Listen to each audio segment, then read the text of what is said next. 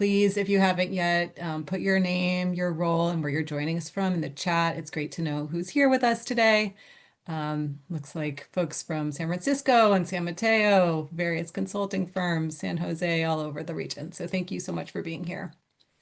My name is Jessica Fain. I'm the planning director at BCDC. I'm joined today by my colleagues, Dana, Jackie, and Danielle, and together we're part of the planning team at the San Francisco Bay Conservation and Development Commission, BCDC for short. For those of you who are unaware, BCDC is a state agency with planning and regulatory authority over San Francisco Bay and its shorelines within the 9 counties of the Bay Area.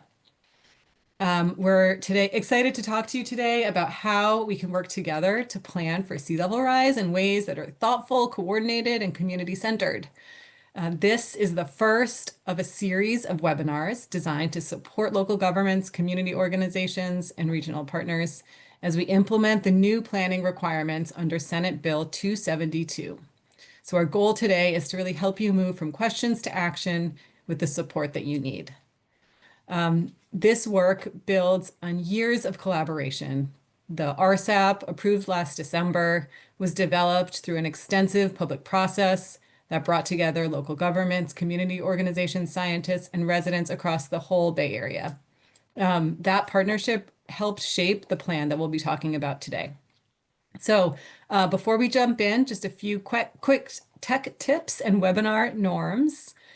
First of all, this webinar is being recorded. We will also share the slides and the video on our website after the session. So if you miss something or have to jump up, no worries.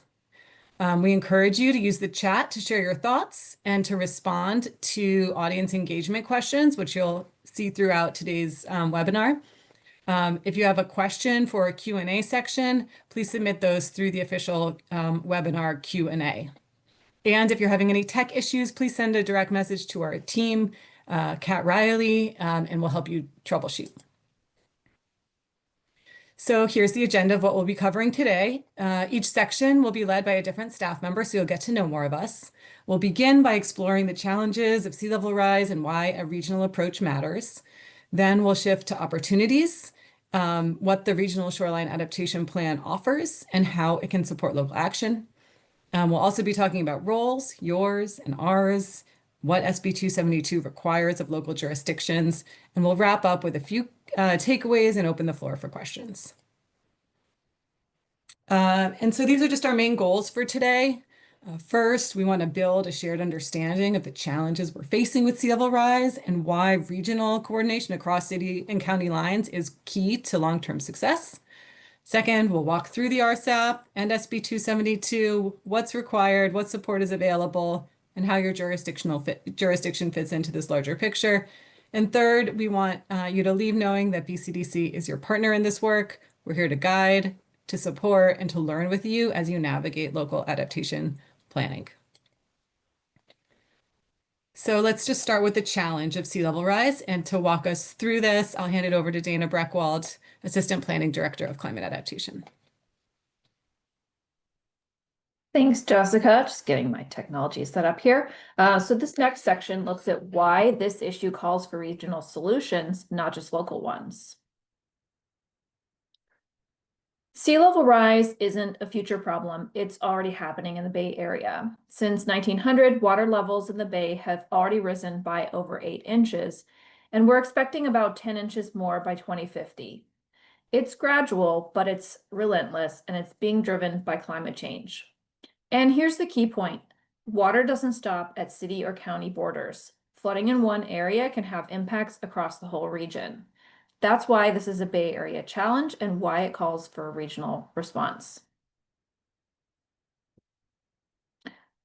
Sea level rise also doesn't just threaten our shorelines. It threatens the things we all rely on every day, and this often hits vulnerable communities the hardest. We're talking about impacts to public health, emergency response, transportation, housing, utilities, habitats, parks, and more. So the work ahead to adapt is enormous, with a recent study putting the cost of adaptation between now and 2050 at nearly $110 billion. But this large number pales in comparison to the cost of inaction.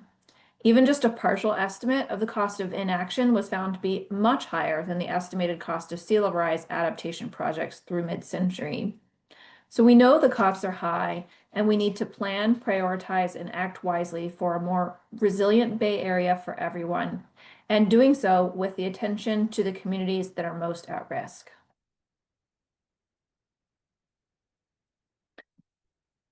So we just talked about how sea level rise threatens not just our shorelines, but the critical systems we rely on. But let's bring this home right now. Let's get specific. So I'm going to ask you now to think about your own community. Where are you most concerned about sea level rise? Let's take a little moment to drop the name of the place in your chat. This could be a neighborhood, your favorite beach, a transit hub, a street that's already flooding, anywhere that matters in your community. So I'll pause for a moment to let you respond, and then we'll move on, but keep those answers coming even after we start moving on.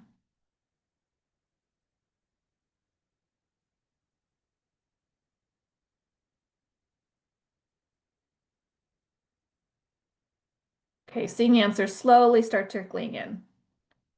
I know this is a hard question. Great. This is wonderful. Keep them coming. So this is fantastic because this is the kind of local insight that makes regional planning stronger. And this is what your communities should be caring about as we move forward with SB 272. So let's move on, but please keep dropping answers in the chat. So as I said, the places that you've just named in the chat are exactly why this work matters and why it's so important. A little bit on BCDC, we have been evolving over the decades to meet the challenge of sea level rise adaptation. In 2011, BCDC amended our Bay Plan to include sea level rise for permitting along the shoreline, which was a big early step, but we also knew we couldn't stop at policy. So we created our Adapting to Rising Tides program that works to help local governments understand their risks and plan responses. Then came Bay Adapt, which brought the region together to agree on shared priorities. And now the Regional Shoreline Adaptation Plan is helping to implement those priorities. Today, BCDC is more than just a regulator. We're a convener, a guide, and a partner in building resilience, not just on paper, but all across the shoreline. So far we've looked at the challenge and why acting together matters. Now let's turn to the opportunity. How can we move forward with a shared vision for shoreline resilience? To walk us through the Regional Shoreline Adaptation Plan, I'm going to hand it over to Jackie Perrin-Martinez. Jackie? Hey, thanks, Dana. So the Regional Shoreline Adaptation Plan, or RSAP, as you'll hear us call it, is really how we bring our values, science, and local needs together into action. So let's take a look at what the RSAP is and what it means for your communities. In October 2023, the state of California passed Senate Bill SB 272, a major step forward for climate resilience.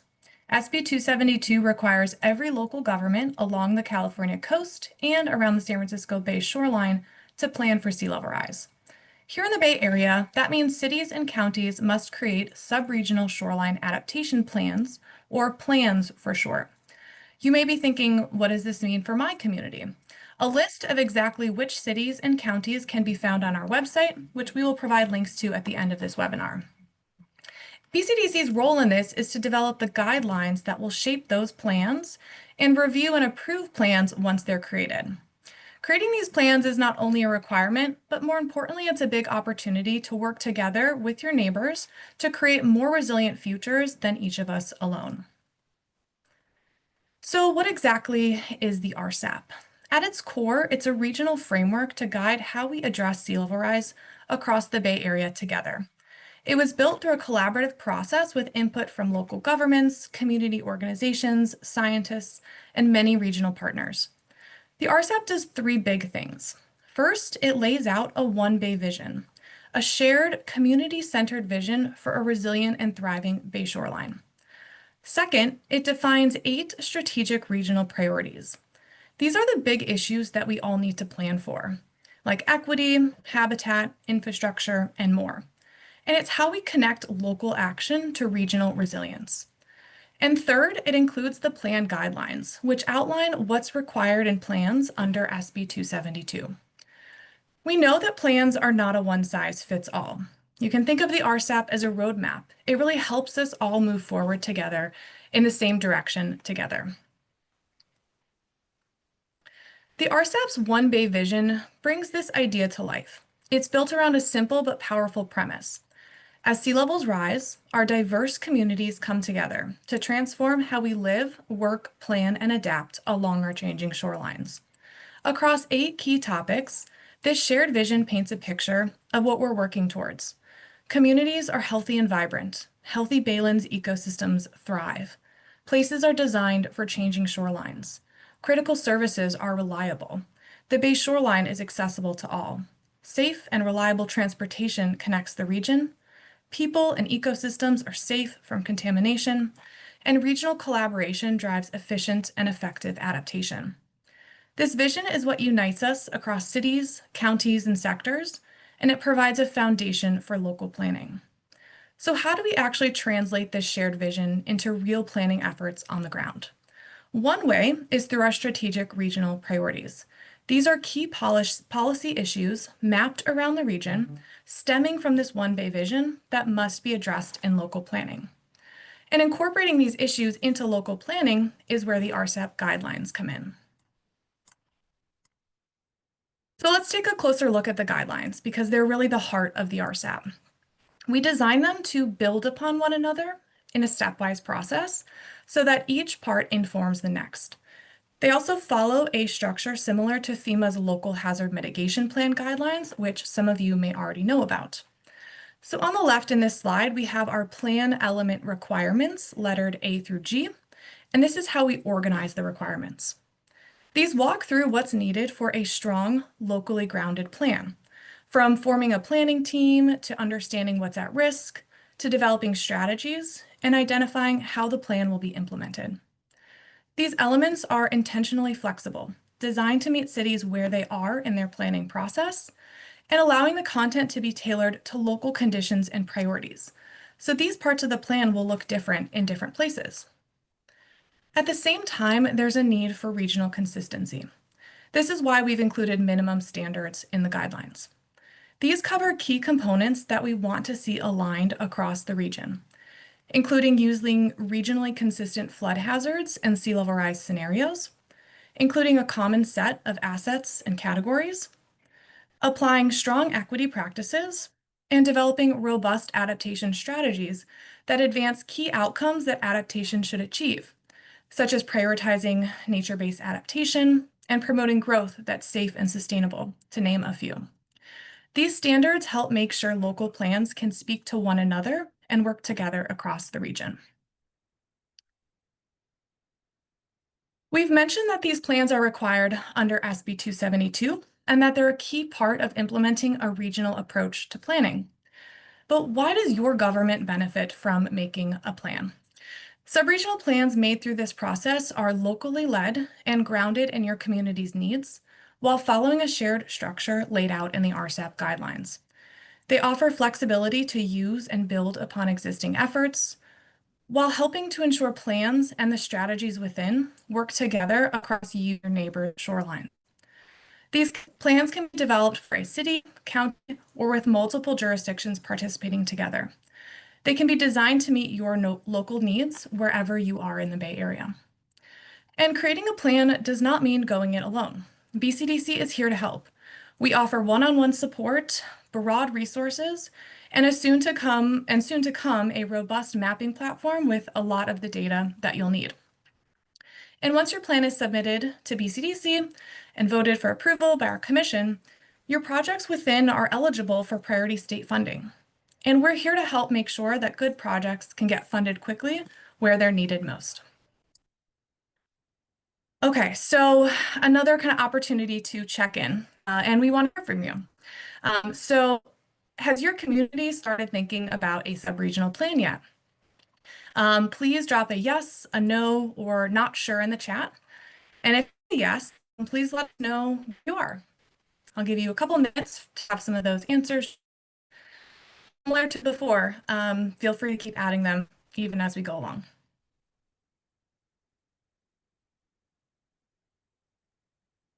And feel free to add, your jurisdiction attached to it. This is an opportunity for us as well to learn from all of you where you are and where you're coming from.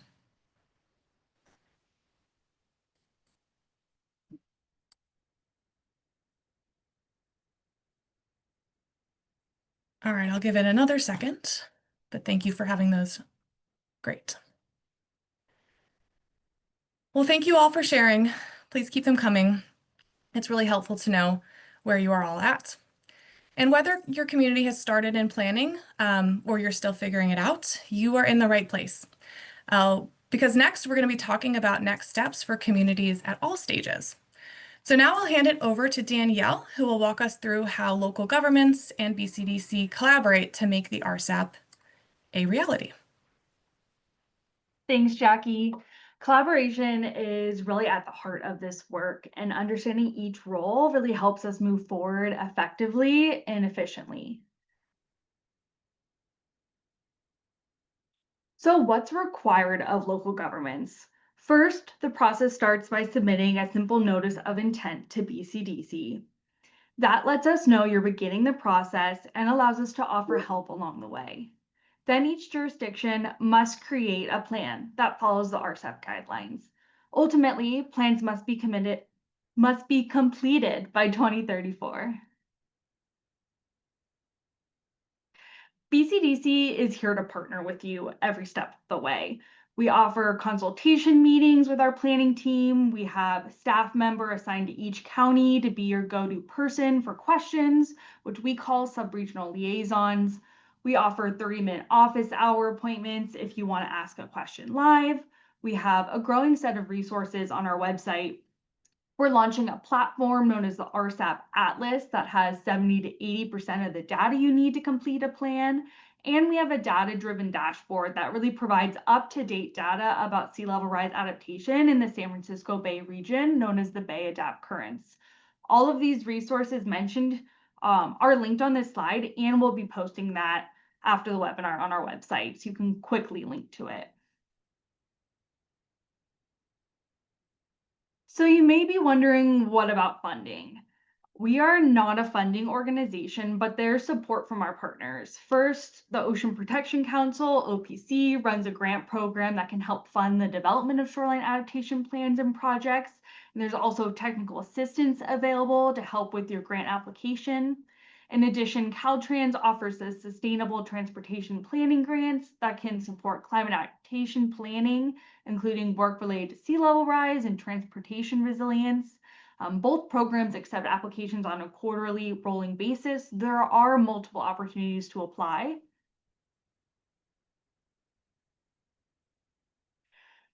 Now, before we move to your questions, here are the big takeaways from today. First, sea level rise is a shared regional challenge. It doesn't stop at city or county lines, but when we work together, we're stronger, more efficient, and more resilient. Second, the Regional Shoreline Adaptation Plan, or RSAP, is your roadmap. It lays out what's needed under SB 272 and helps ensure your local plan is aligned with regional priorities and supported by the best available data. And finally, you're not on your own. BCDC is here to support you, not just as a regulator, but as a partner, a convener, and a resource every step of the way. We really believe in your community's ability to lead and adapt, and we're really committed to helping make that possible. So before we open it up to your questions, we want to leave you with a few simple next steps. As we mentioned, this webinar is just the first in a full summer series designed to walk you through the RSAP and support your planning efforts step by step. You can find all of the upcoming webinars, topics, and registration links on the BCDC website or our Bay Adapt website, as well as resources that are going to be ever growing and building throughout the summer and on. And with that, I'll hand it back over to Jackie to get us started with Q&A. Great, thank you, Danielle. And thank you, everyone. Thanks so much for joining us today on this journey through our introduction to the Regional Shoreline Adaptation Plan. So now we would love to take the rest of our time today to hear from you. We're going to be moving into our Q&A portion. So if you haven't already, please feel free to drop your questions in the Q&A box. I know we've been using the chat a bit today, so we really ask you to try to put those questions in the Q&A just to make sure we don't miss anything. Gives us an opportunity to respond to them. You can see on this slide both my face and Danielle. We're two of the main staff supporting sub-regional plans with local governments. But our team is growing, and a really quick plug that we have 3 open positions right now on our team. Also supporting this Q&A and helping to answer questions will be the other speakers on our call, so our Planning Director, Jessica Fain, and Assistant Planning Director, Dana Breckwald. And then lastly, a couple reminders. Danielle already covered this, but before we dive in, today's slides, recording will all be available on our website within the next week. You'll also be getting a short follow-up survey from us that we'd really appreciate your feedback on to help us shape our future webinars. And as a reminder for this Q&A, let's make sure we stay collaborative and are respectful with all of our with the questions that you ask. And those questions can be big or small. So with that, let's move into our Q&A and a bit more of our discussion.